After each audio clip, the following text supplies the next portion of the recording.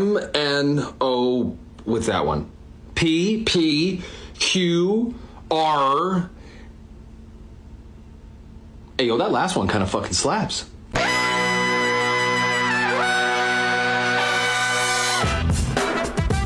Good morning, sweet world, and welcome to the No Dunks podcast on the Athletic Network. It's Wednesday, October 23rd, 2024. I'm J.E. Skeets here in the Classic Factory, and alongside me, as always, Tass Mellis. NBA, I missed you. This one's for you. Next to him, it's the bearded one, my top shot hot boy, Trey Kirby. Hey-o. Hey-yo. And over yonder, filling in for JD today on the ones and twos, it's our guy, Eshua Kid. How y'all doing? What's up, Esh? Hey, man. We're actually running with a fifth today, gentlemen. Yeah. You've likely read, seen his work at The Score, or Bleacher Report, or Forbes, and he's the newest member of the Athletics NBA Daily, which relaunched this week and should immediately be added to your NBA podcast rotation. Great work. His family calls him Esfandiar Baraheni, but his friends call him S, and by God, we're his friends. Yes. We got S. Yes. What's up, S? What up? How you guys doing? Yeah, S is the name people go by. That's just what it's been since I was like 5 years old. Man, this is a really cool moment for me, obviously being from Toronto and knowing the Canadian connection for you guys, just like being able to talk hoops with you guys. Crazy moment here. The bucket list is being checked off. Nice. Well, we appreciate you jumping on here and talking a little hoops with us. We're going to get right into it, actually, S, because we had basketball back in our lives last night. So let's play a little It's Just One Game, but. Okay. All right. Yeah. Time to overreact to just one game. So the 24-25 NBA season picked up right where it left off. Celtics, dominant performance. The reigning champs crushed the Knicks 132-109 in the first game of the season. Boston tied an NBA record by hitting 29 three-pointers in the blowout win. So I think this one is ripe for over-exaggeration. So S, as our guest, you get us started. It's just one game, but... Yes, it's just one game, but the Celtics might have broke basketball. 61 three-point attempts. You guys mentioned the 29 made threes. It just seemed like everything was working for them. Now, for what it's worth, the Knicks defense was just terrible last night. Karl Anthony Towns was getting hunted, and Jalen Brunson was being put in actions and all that type of stuff. But I just think the way that Boston tries to get their shots, whether it be the offensive rebounding, winning extra possessions, the amount of threes that they take, it feels like an impossible task to try to beat them. Now, I don't know if that's necessarily the case. Obviously, we're doing overreactions here. Yep. But, so first one, the Celtics have broken basketball. 64.2% of Boston's shots came from three. And it got hilarious when they hit 29 three-pointers, tying the record. One more gives the team the record. And they didn't break it. No, they disrespected the game. That's why. Yes. 13 straight misses right at the end. But does basketball gods. Does S have a point here, though? Because this is what they did last year, just they cranked it up another notch here in game one. They got something to play for this year. This is not just the team that won the championship that's just being fat. And quite often you see teams when they get their championship rings on opening night, they are a little fat and they don't come out very hungry.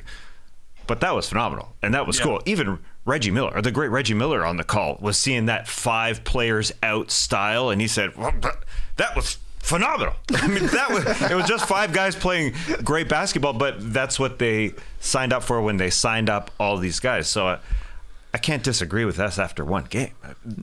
That was ridiculously good in terms of their style. Yeah, the Celtics are going to repeat as champions. It's possible. There's no way anybody can beat them playing this style, and everybody wants to play this style now. The Celtics are the best at it. They've been doing it for now. This is their 3rd season. 64% of their shots were threes, like you said, Skeets, and they were shooting 60% through the first 3 quarters. So many of their looks were wide open. 20 of their 29 threes were assisted. They killed the Knicks, like S is saying, in drop coverage. Eventually, they had to switch to doubling. That didn't work. Offensive rebounds were huge. That's kind of their secret sauce. 11 offensive rebounds total. 4 of those led to three-pointers, 16 second chance points. Old man Steve Kirby loves to tell me the best time for a three is after a long rebound. It is. And it's so true. Everything is scrambled. Celtics got great looks. You can tell they're a team that's been together for a couple of seasons, whereas the Knicks, they're thrown together. They got to figure out their defense. They did not have it last night, and the Celtics showed everybody why they're the favorites. Yeah, S, you're not only great on the NBA Daily podcast, but you are a great Twitter follow as well, especially when the games are going live, because you had a perfect clip last night to what TK was talking about, illustrating how the Celtics have perfected this long shot equals long rebound. And if you start watching it, after I saw your clip there of them doing one of these, it's like, you watch a guy actually immediately run to around the free throw line. Somebody crashes in because they're all out on the perimeter anyway. And the plan is, hey, we missed the three. It's going long. It'll be around the free throw line and maybe we get another crack at it. So great clip from you last night and great point, I thought, just to illustrate how they're attacking this. Even the misses result in other 3-point attempts. Yeah, they took 17 more shots because of that, right? I think one of the really illustrating things about the Celtics offense, and like Joe Mazzulla, there's this one clip that he has about his time in college where he was like, I was counting possessions with a ticker. I don't know if you guys have seen that, but like, that really is what the Celtics try to accomplish. We're trying to win the possession battle every single game. And the offensive rebounding, the long offensive rebounding particularly, is exactly what they try to do. It's just interesting to me because I think there was also a conversation online about, like, is this too much? Like, are we gamifying the way basketball is played? And I don't want to get into, maybe we can get into that discussion, but like, that's something that I'm wondering about is like, okay, every team is going to try to copy this. I actually thought the Lakers to some extent tried to copy that last night. Not as successfully, obviously. They shot like 10% from three. But there is a world in which a lot of other teams try to copy this style of, hey, let's just shoot a bunch of threes. We know there's going to be long offensive rebounds. We have the guards crashing from the corners, and let's just gamify the game. Yeah, you know? It's funny you say that. It felt like after 48 minutes of basketball to start this regular season, there were already people going, this sucks. I hate this. We're back. Take away the three. I know. back. And it was like, whoa, okay, let's slow down here. But you understand maybe the frustration, maybe to some viewers of like, wow, we have really gone overboard with just three after three after three after three. But, it's one game and we're overreacting. It's one game, but S is right. The problem is that other teams will try and copy it, and they're not the Celtics. The Celtics have 5 shooters on the court at all times. They're still bringing back Porzingis. Yeah. The guy comes back in a couple of months. They also know the style. Then you factor in the fact that they play defense on the other end as well. That's just not the case with all these other teams. So you got to take probably 30 to 40 threes a game. Probably more so like 40. There's only 48 minutes. A possession lasts 24 seconds. So it kind of works out to almost every possession you should be shooting a three. But unfortunately, a team like the Lakers, they don't have shooters. Right. They shoot 5 for 31. A team like the Celtics can shoot 60% from three. Yeah, and I think it just was a special night, even for the Celtics shooters, even for them. Because, yes, you go and look at another team, you're just going to be full of clankers. And even for the Celtics, they are not going to keep up these percentages. Jaylen Brown going to shoot 55% from three all season? Don't think so. Tatum, 72%? Don't think so. Horford, 60%. White, 60%. Drew Holiday, 67%? I don't think so. I don't think those numbers are going to keep up. It was a special night. And I say that, all that to say, the bench came off and wasn't all that good trying to break the record. They shot 15% from three-point land. Right. And so, yes, they're stocked. We're totally looking past Kristaps Porzingis being a special addition to this team. He stretches the floor even more. Exactly. Opens up even more space. Yeah. And you brought up the ticker talk about Joe Mazzulla S. It's a good point. There's even talk amongst here in The Athletic about him and his soccer history because of how he spaces the floor. You bring up Kristaps Porzingis, how he's going to space the floor, how he has guys almost out of bounds at the dunker spots, like on the baseline in an offensive set.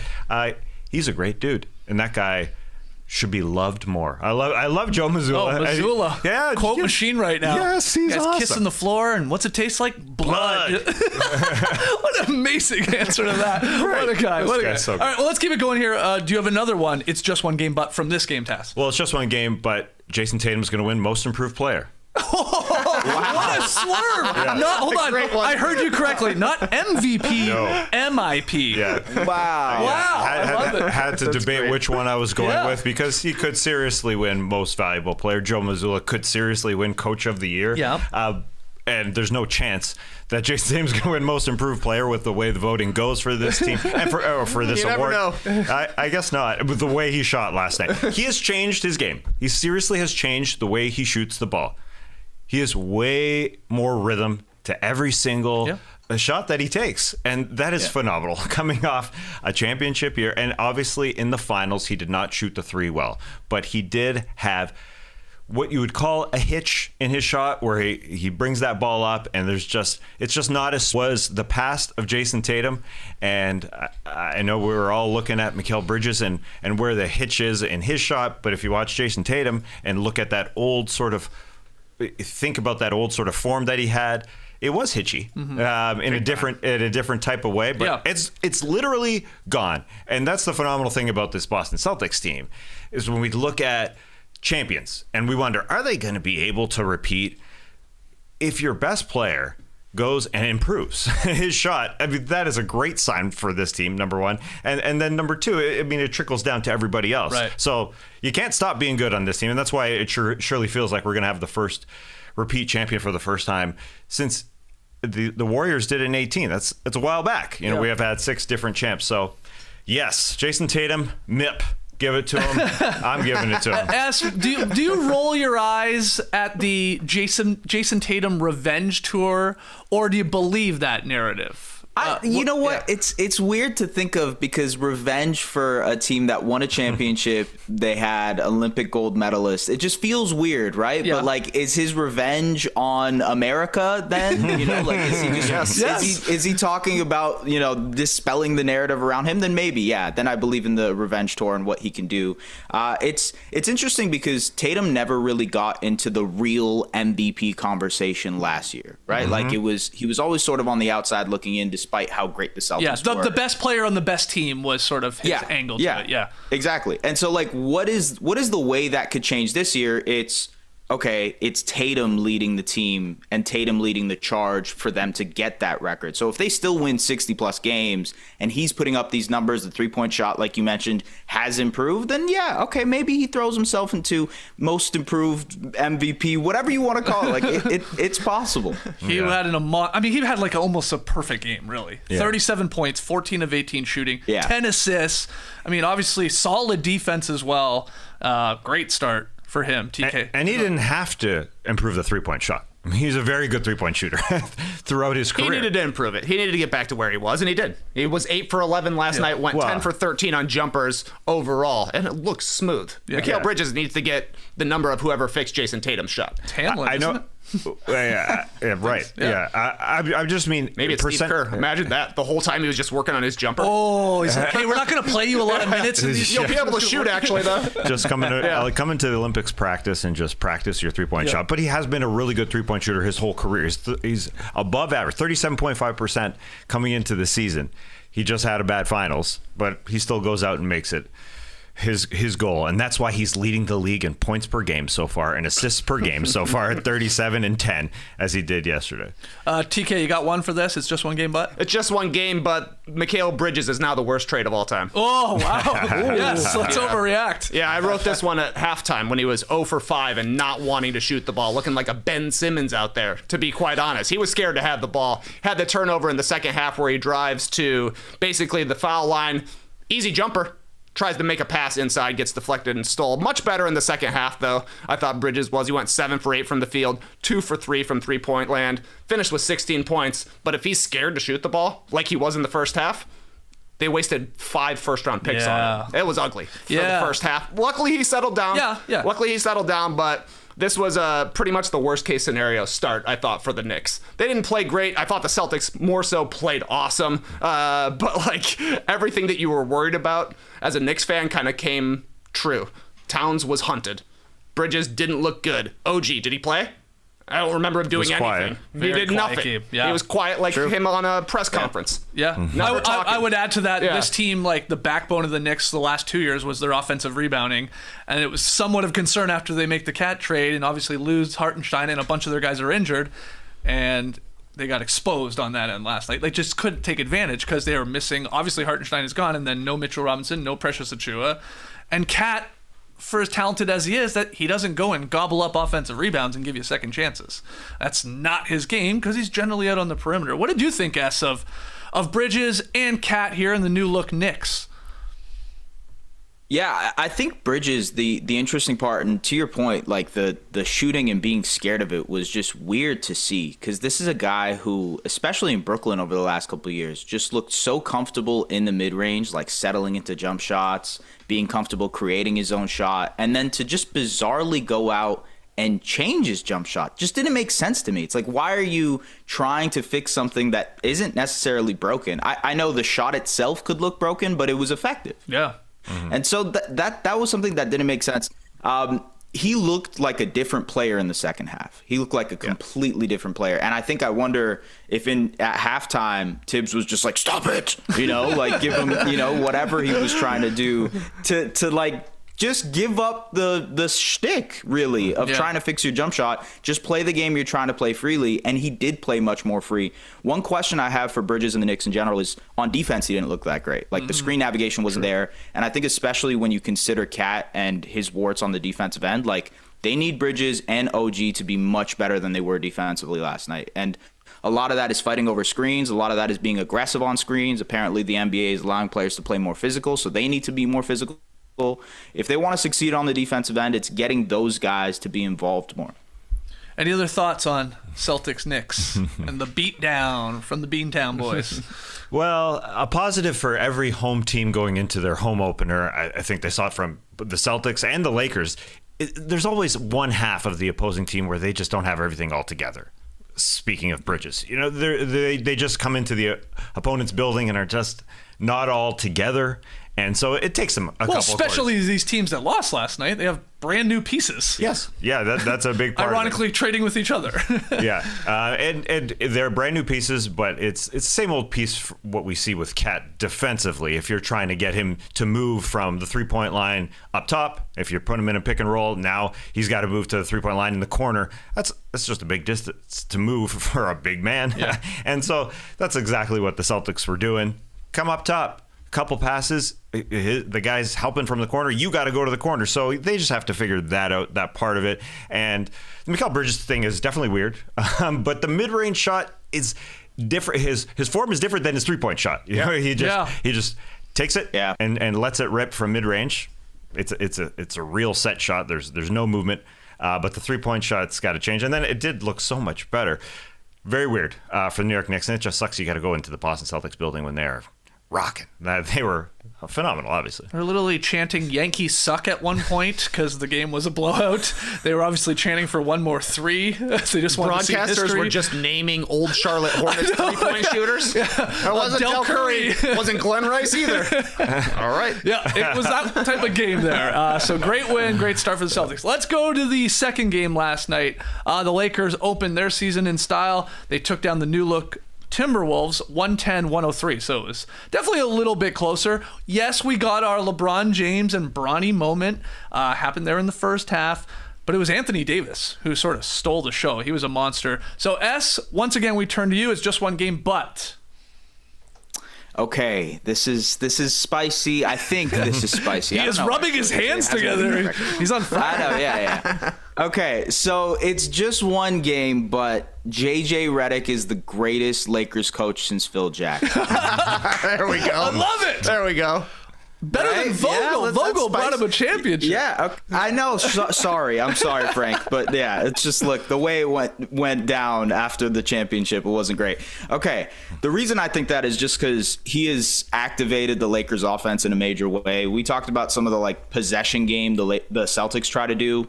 JJ's trying to do the same thing. They had more offensive rebounds. They took like 15 more shots than the Wolves. They had fewer turnovers. They just are trying to gamify and win the possession battle as much as possible. That's because of their coach. The second thing is they have unlocked Anthony Davis as a playmaker and decision maker. So he's making more plays. They're putting him in like delay actions to get him going and make passes above the break. Like that's a way I think Anthony Davis can get activated.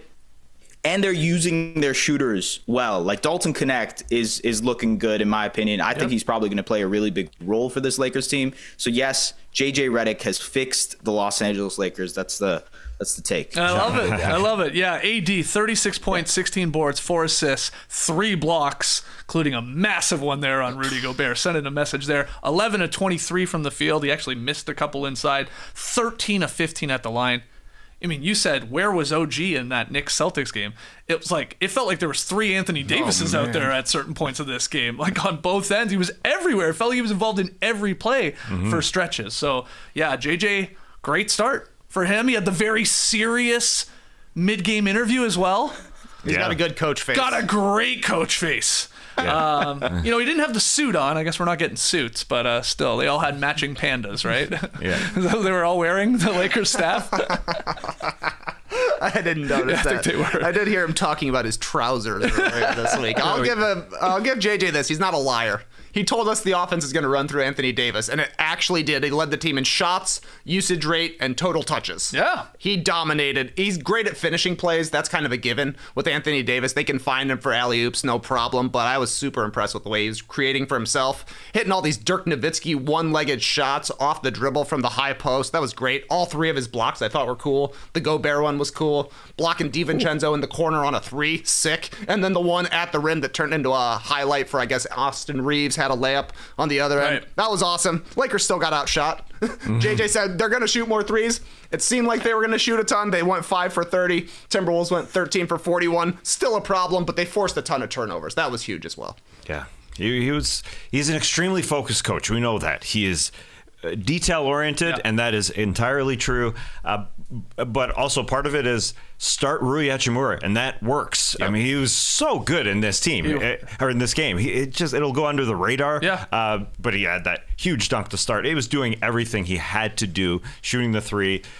He was a rock. But yeah, Anthony Davis, seeing him out there, and also the broadcast crew mentioning how many games Anthony Davis played last year, it's forgotten. It is forgotten that this guy maybe has learned to stay on the floor. He played 76 games last year, and then he was key. It was a close game, 2:45 left. It could have been a 6-point game, but Dante DiVincenzo came down that baseline, but it was a triple D. It was Dante DiVincenzo denied by AD. It could have been a 6-point game, but it turned to 10 because he is there. And I should have probably passed to Julius Randle underneath a little bit. Anyway, they're trying to figure that out.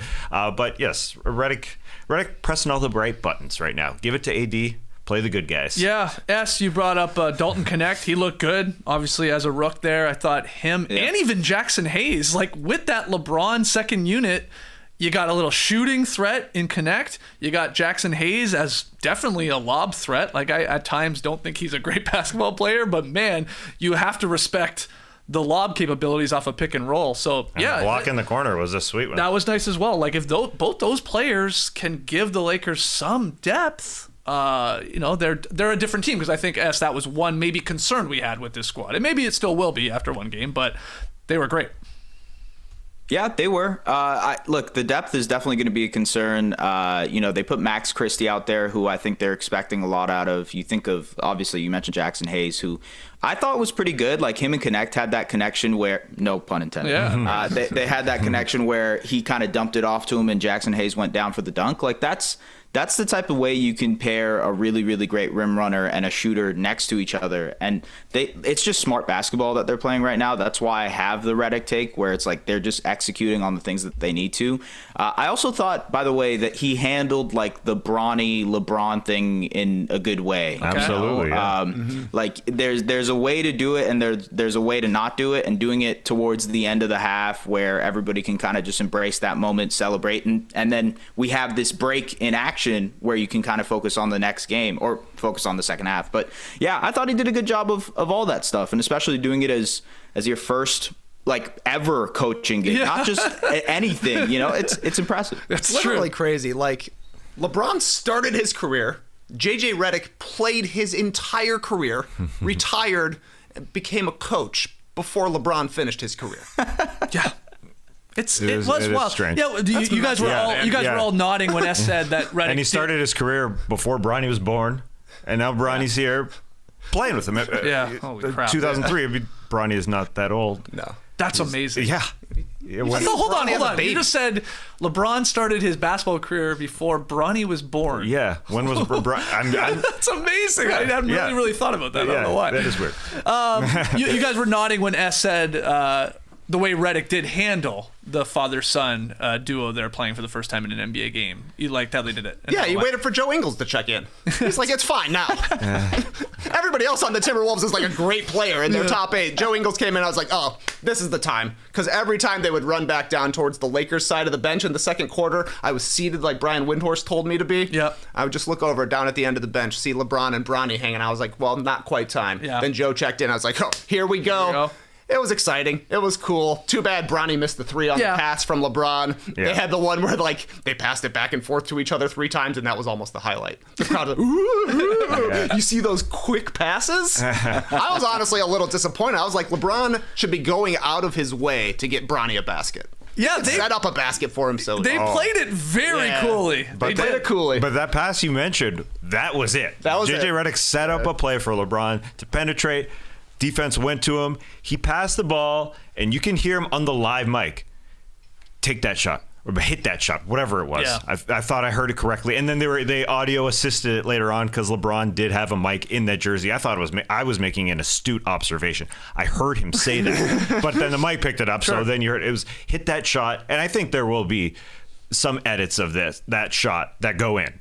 What? Yeah, there's going to be. What, fake? Yes. Deep fakes? Deep fakes. Yeah, the one pass that LeBron made to Bronny James. It is good to get it out of the way. That's entirely true. He played 2 minutes and 41 seconds. Yeah. And it's over. Yep. And now it's not another topic of conversation in the Lakers locker room, amongst the media, amongst everybody. They just don't have to do it. It was phenomenal seeing him do that. There was some weird plays where Bronny was covering Julius Randle and LeBron was getting a play off guarding Joe Ingles. I mean, what? I mean, that's probably not the good Randle matchup. A little too strong for Bronny, I thought. Yeah. Bronny looks tiny compared to everybody on the court. Yeah. Gabe Vincent's out there, he's a small guy. Mike Conley's out there, he's a small guy. And they look massive compared to Bronny, who's listed at 6'2". No way. He does look like he's got some brawn to him, but that is a little fella. Right. Yeah, it's time for the G League, and just for him to get better. But it is good to get it out of the way. There's no doubt about that. All right, TK, what about you for Lakers Wolves here? What do you got? It's just a one game, but the Timberwolves want a do-over on the trade. Just call it back and say, I thought these were overreactions. No, I love it. This is a bad Julius Randle game. It was all the bad stuff you get from Julius Randle. Over dribbling, no flow to the game, very slow decisions. The McDaniels, Randle, Gobert front court, they can't score. They played 9 minutes together, 63 points per 100 possessions. You can extrapolate that even further. Gobert and Randle, they played more together, 22 minutes, they scored 100 points per 100 possessions. That would be last. Last night, at least, did not fix the Timberwolves offense. It looked like Randle was completely out of sorts, I thought. And it looked like he didn't know where to be on the floor. It looked like the rest of the Timberwolves didn't know where to expect him on the floor. You saw the bad stuff where he's just dribbling for 10 seconds, gives it to Anthony Edwards, and suddenly it's a shot clock violation because he just wasted so much time. So I think if they come into this game with Karl Anthony Towns, probably a better flow to the game, maybe some more cohesion on offense in the fourth quarter, because that was another thing that needs fixing for the Timberwolves this season. Edwards kind of just went into takeover mode, and it wasn't happening. He tried. Was pretty brutal. He was not efficient last night, and it just looked like a team playing their first game together. I mean, Ant was trying to rally the troops. Like, he was like screaming at them. It felt like anytime he did have a big bucket or a big and one inside, but it obviously... no one woke up. S, what do you think of Julius Randle and Dante DiVincenzo in their first games? What jumped out to you? This is one of those times where the box score could actually lie to you. Because if you look at it, 16 points, 9 rebounds, 4 assists. He was +2, shot 50% from the field. Like, you could be like, hey, he had a pretty good debut game.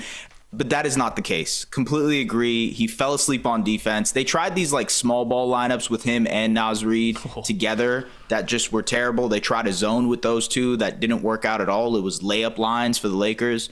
I think they have a lot of things that they have to work on, both offensively and defensively. And to your point about Dante, I thought their offense looked excellent when Dante was on the floor and Naz Reid were on the floor. Like, this floor spacing just made so much more sense. And I saw a tweet, I can't remember who it was last night who mentioned it, but like Julius Randle's slower motion 3-point shot and he's like not as frequent of a 3-point shooter as Karl Anthony Towns is compared to KAT's like quick trigger threes is actually morphing the offense for the Timberwolves. They just don't have that same like release valve that they had with KAT that they do with Randle now. It's a completely different ball club. And it's similar to the Knicks, where it's like you got to figure out what your new identity is, because whatever you had last year is not going to look the same as it does this year. Yeah, the Wolves were used to throwing it out to Karl Anthony Towns. He would release the ball no matter what. I mean, they need LeBron on their team to say, knock it down, like he did to Bronny James. That's what he just shoot it. Knock it down is exactly what he said. I should have looked at my notes.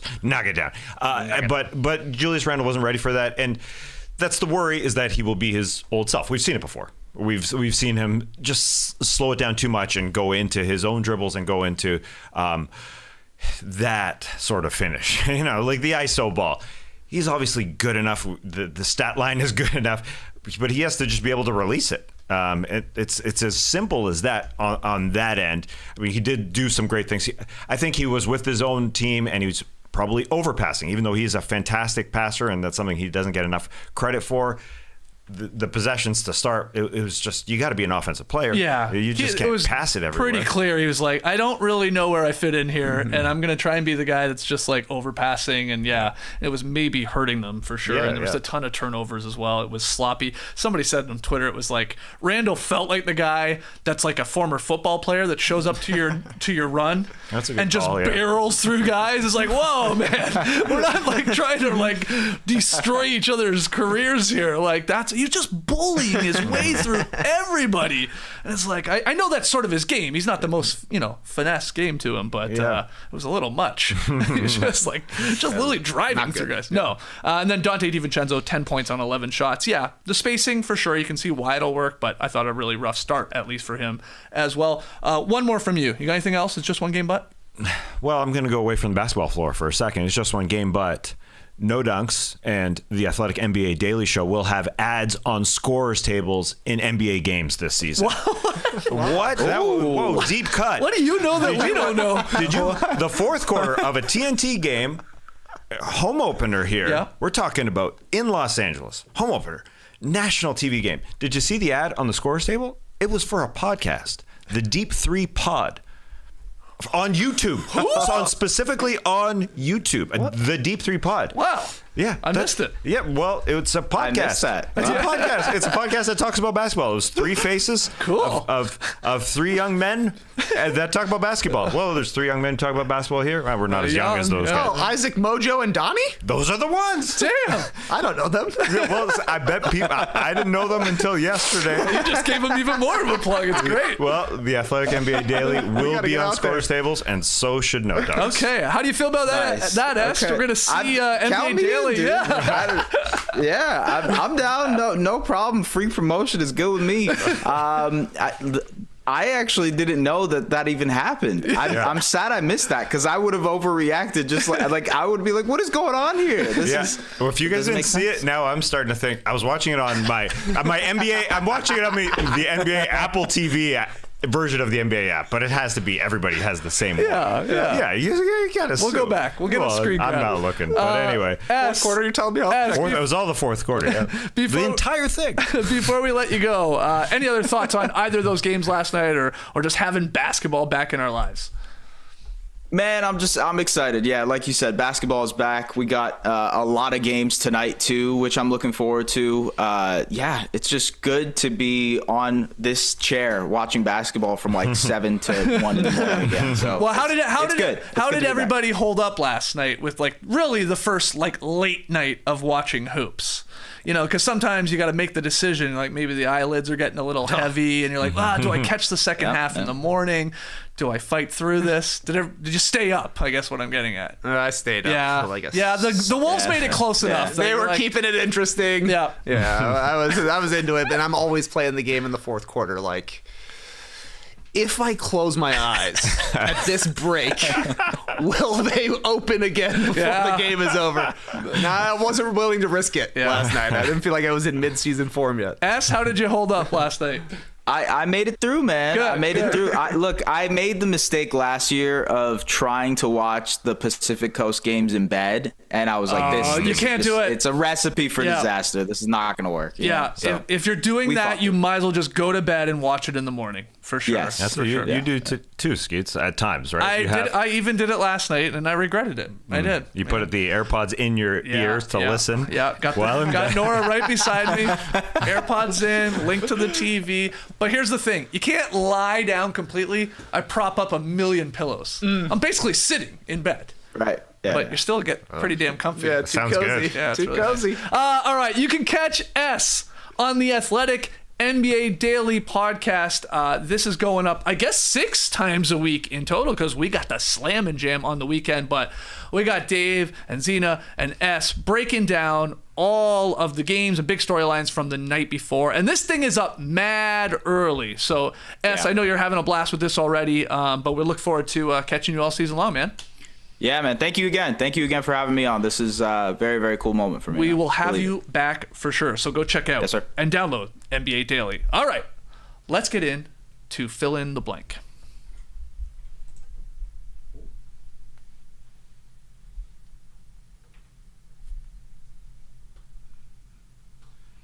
I promise we're going to fill in the blank.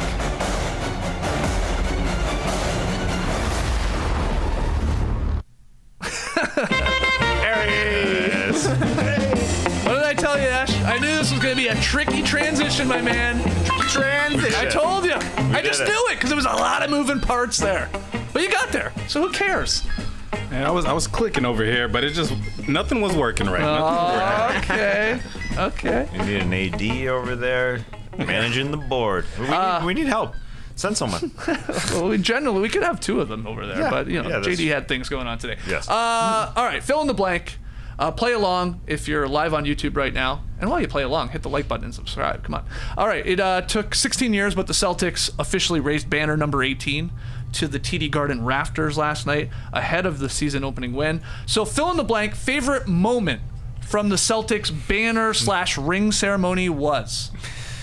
My favorite moment was Drew Holiday busting out the pinky. He raised that pinky with that ring on it, and he tried to be cool, tried to look cool. Look at me. It can be somebody drinking a cup of tea with that pinky up, but he was just rolling with that pinky up after getting the ring.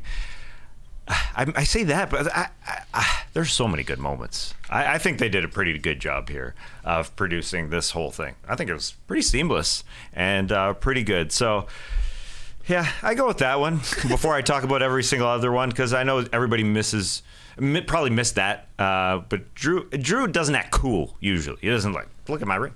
Look at that. So him doing the pinky, yes. 2-time champ Drew Holiday, so good for him. Double pinkies up. Yeah. Double pinkies. Could be a great shot. It'd be crazy to get that ring sized for your pinky. Yeah, for sure. What the opposite of the Brian Windhorse, the 2 fingers, the 2 pinkies. What do you got, TK? I did like seeing all the guys, like when Tatum is giving his speech to the crowd, let's do it again, and you see all of the guys in the background just like examining their rings and seeing all the parts to it and how it comes apart and all that kind of stuff. I thought that was cool. But my favorite part was them just bringing out all the Celtics legends. Like, this is legitimately NBA history. You got a 96-year-old Bob Cousy out there hanging out with Kevin Garnett. Think those guys go out and party after the game last night? Doubtful, but they were there together. Yep. You know, the Celtics have been good for the entirety of the NBA's existence, and they basically had guys from the entire NBA's existence out there on the court. That was pretty special, I thought. To go back to the ring, I love that little clip we got of Al Horford talking to the guys. Like, so good. I think I got my ring size wrong. Yeah, the first clip was he said, I wouldn't call that a ring. And then he figured it out. The next clip was, I got my measurements wrong. Yeah. So it was just too Gave big. him the wrong ring, finger, yeah. Yeah. I mean, he's so not wrong. It's not really a ring. The thing is gigantic. No, it's like, you don't wear that. Like, I know they put them on from time to time. Like, you see Shaq wearing it. Yeah, Shaq can pull it off as the most he's a monstrous giant man. Yeah. Like, that is a ring. It's like a normal size ring. For him, yes, but for everyone else, it's pretty large. Horford did say it's huge. So it's big. Even on Al Horford, who's a big man. Yeah, but I'm with you though. Overall, I thought it was run really well. Yeah. I thought Tatum was even pretty good on the mic. I know he's had some sort of I don't know, rolling of your eyes moments on mics before. Obviously when he won the title, but this one I thought he nailed. He had a great pause before the let's do it again. Yeah. And the crowd popped. So Let's do it again. Yeah, it was well done. I thought Wick Grouseback was good on the mic. The owner was good on the mic. Yeah. I never he say only that. had one botch. He said something like, "You're the greatest fans in Boston." Yeah, but then he corrected it. And said, "You're the greatest fans in basketball." watching it at It home. was his only screw up. Yeah, this is only screw. Otherwise, it was pretty good. If I was a Celtics fan, I would get one of those jackets. The jackets were Jackets awesome. were with all very the- cool. yeah. 18 Larry's on the shoulder, the gold. I thought those looked pretty sweet. Yeah. Except for it had like an insurance company on the right arm.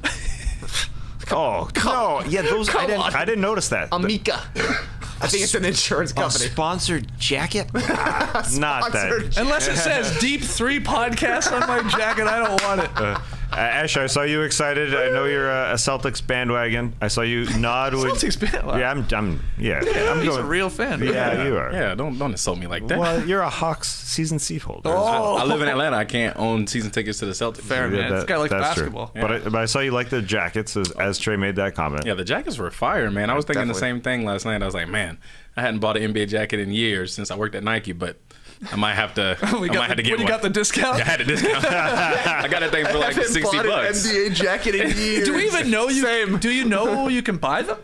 Yeah, I don't know. assume Usually you can. Yeah. Like, I know. I mean, the last one I feel like I saw was when the Warriors won. You could go to Nike.com and get one, but I don't know for sure. Maybe, hopefully, if anybody wants to buy me one though. There you go. That's You're a the regular way. podcaster. Yeah, now. that's There's- I like Porzingis being in warm-ups for the ceremony, then changing into a suit for the game. Yeah, little three-piece suit. I didn't notice. People that. were That's wondering, do you think he put the warm-up on over the suit? I mean, he wears a narrow suit. Yeah. He could have done it. Yeah, that'd be very funny. But otherwise, yeah, he had to just go back and change. Wanted to look good while he was sitting on the Had to sidelines. look fresh. All right, let's keep it going here. The Minnesota Timberwolves and star center Rudy Gobert reached a 3-year, $110 million contract extension on Tuesday. Gobert entered the season with 2 more years left on his current contract, including a player option for $47 million in 25-26 next season. But instead, obviously, reworks that extension and gives himself some long-term security and probably helps the Wolves out in tandem there. But fill in the blank. TK, you go first here. Wolves signing Gobert to the 3-year, $110 million contract extension is blank. Defensible, I think. At the very least, I'll say it's defensible because Rudy Gobert is going to be 36 at the end of this contract. That's pretty old in NBA years, but he's still going to be tall.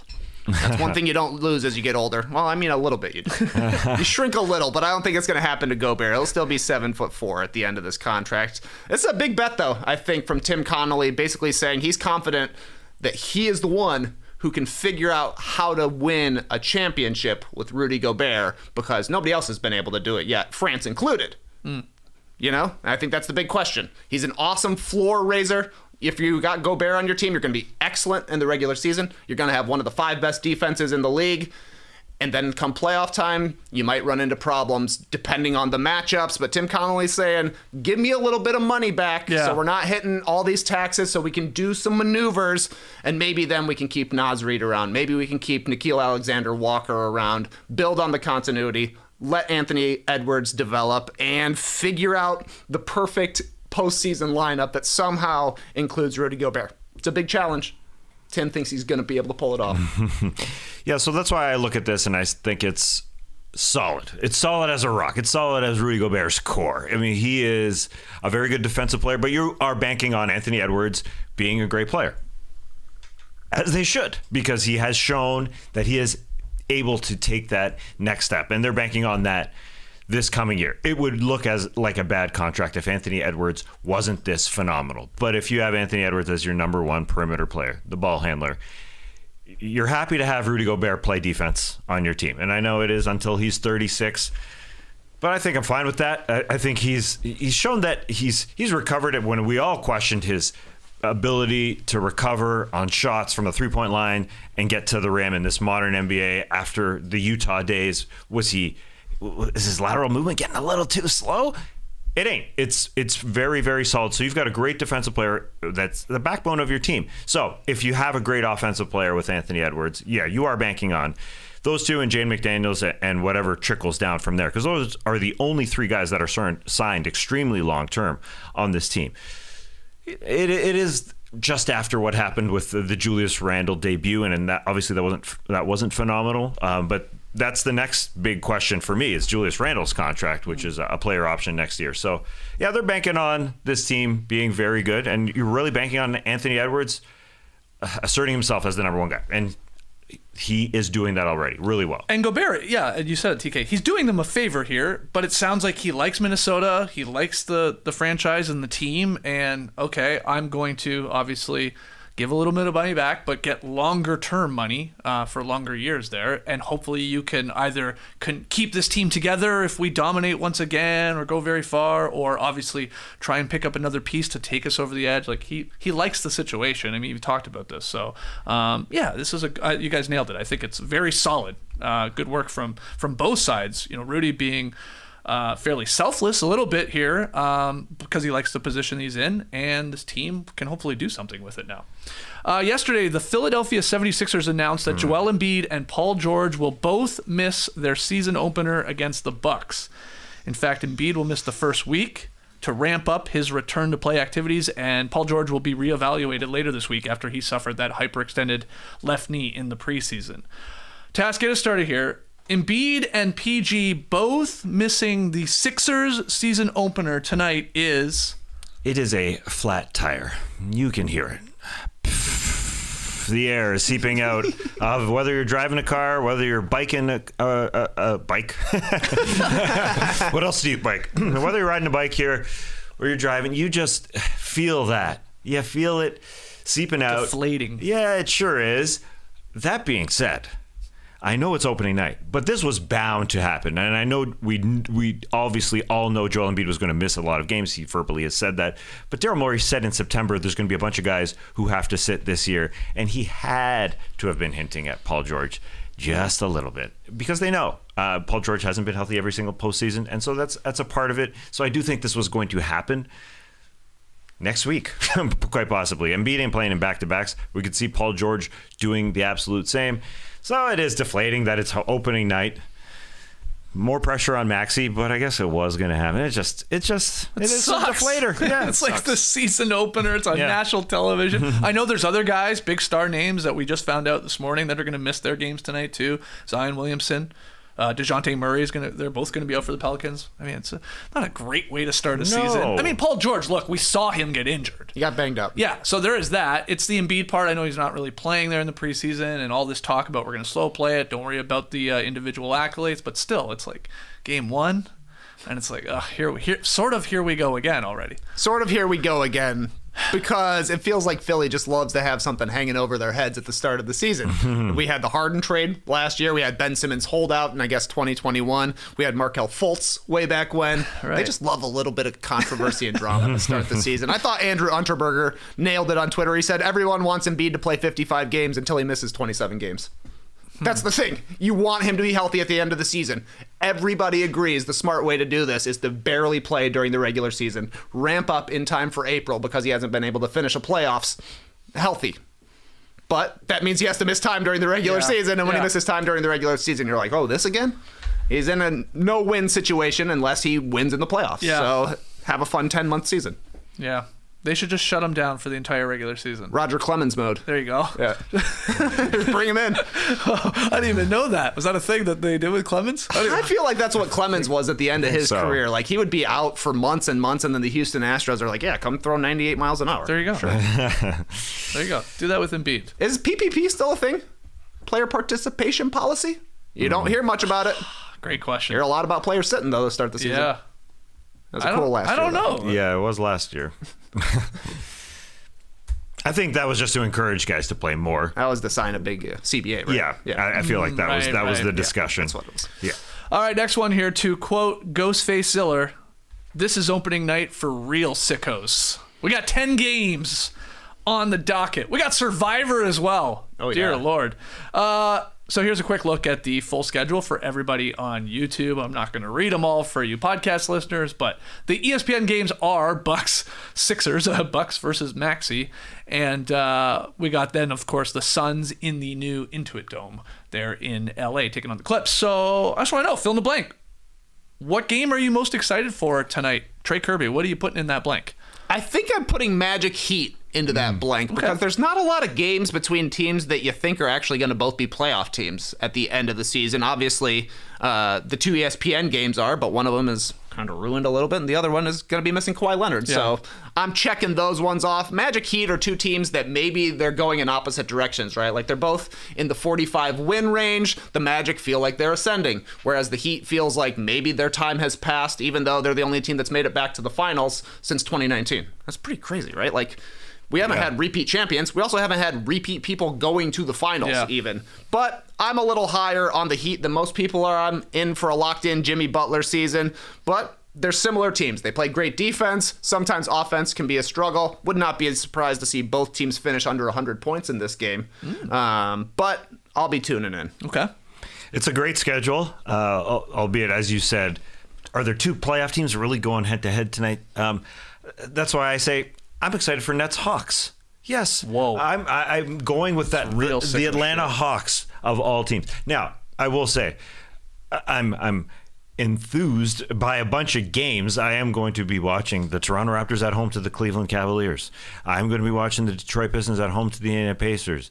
I am going to be watching Magic Heat, but there are road teams there in a couple scenarios there where you think the Raps are going to be able to beat the Cavs at home, or the Pistons going to be able to beat the Pacers at home. Probably not, but these home games for the home opener, first of all, I think they're scheduled well because it's home opener. Everybody's watching every single game. It doesn't matter. And second, I think home teams just play a little bit higher than their ability. And so I think you're going to see a bunch of home games that are wins for some of these teams. So I'm excited for all those and my dexterity being able to click over to each game because it's a packed schedule and there's just all good teams and all the optimism going on right now. So good sked. You got to shake off the rust when it comes to bouncing around all these games. If you're firing them up on League Pass, maybe you're joining us tonight on Playback. We'll get to that in a second. But yeah, if last night's first test was just staying up late for those West Coast games, reconditioning your body,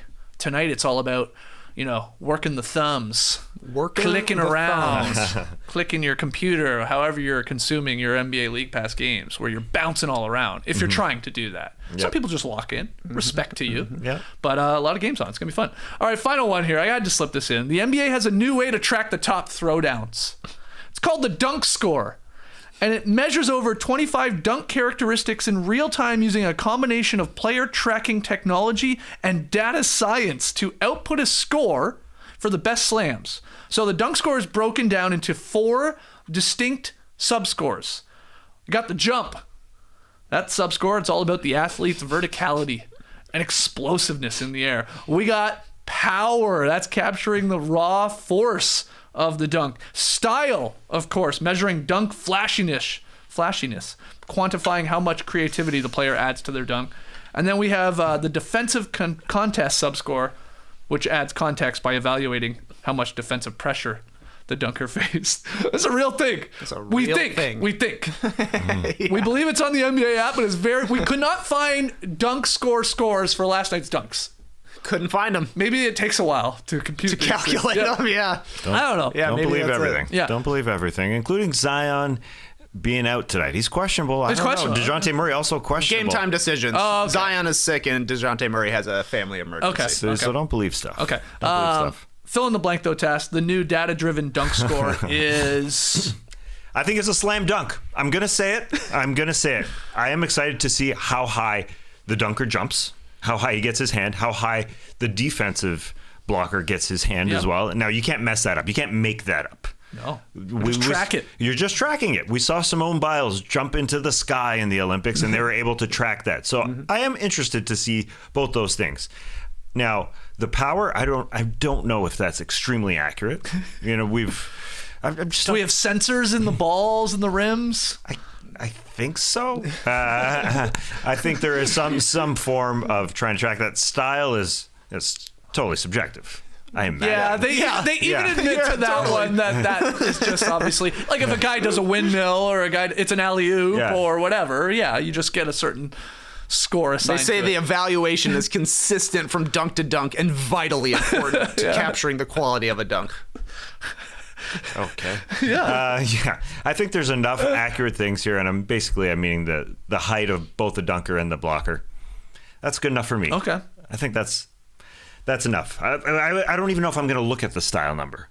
Will I care? Well, it's going to be baked into your dunk score, my man. Yeah, well, we'll see it all separated and then. Well, I don't know if you're going to see it all separated. You're going to be given a cumulative score, a dunk score that they have computed and figured out. It's like vegetables baked into your chocolate chip cookie. You can't avoid it. Yeah. Oh gosh, yeah. And that's they did the way I like my vegetables for sure. They did it for last season, all of the dunks. And I read that most of the dunks fall between like 40 and 50, like a majority of dunks. But obviously there are outliers, and those are maybe your best dunks and your most memorable dunks. I see all four in each corner of the screen, and then they merge into the middle. All four. Yeah, why not? I mean, it's not going to happen on the NBA app, I guess. But we don't even in know a video, we don't know if it even exists. know how to look at it. TK, fill in the blank here. Yeah, the new data-driven dunk score is Kevin Durant to Matt Moore. Who the F wants to look at graphs while having a hoop convo? This is stupid. What do you mean? We're never going to look at this or talk about this again after today. Oh, is that just because we're called no dunks? This is ridiculous. Let's have a cool shot award. Who did the coolest spin move? We'll measure how fast they spin. That's called the top 10 plays of the night. Yeah, we got a top 10 plays. Guess what's involved in that? All of these things. Yeah. Except for the force of the ball going through. I'll admit that part is interesting. Sort of cool. It is interesting. I will, at the end of the year, if I remember dunk score, I'll see who jumped the highest on a dunk. Yeah, exactly. Right. Yeah. Or maybe took off the furthest. Yeah, something like that. Yeah. Okay. They should be able to measure where the ball got to. The height of a ball. Hell yeah. Oh, that's in there. That's in there. I think that's in the power. I got it, man. It's in the power. I told you. 25 dunk characteristics, and that's included. 25? Hell yeah, man. What? Well, I listed a lot of them.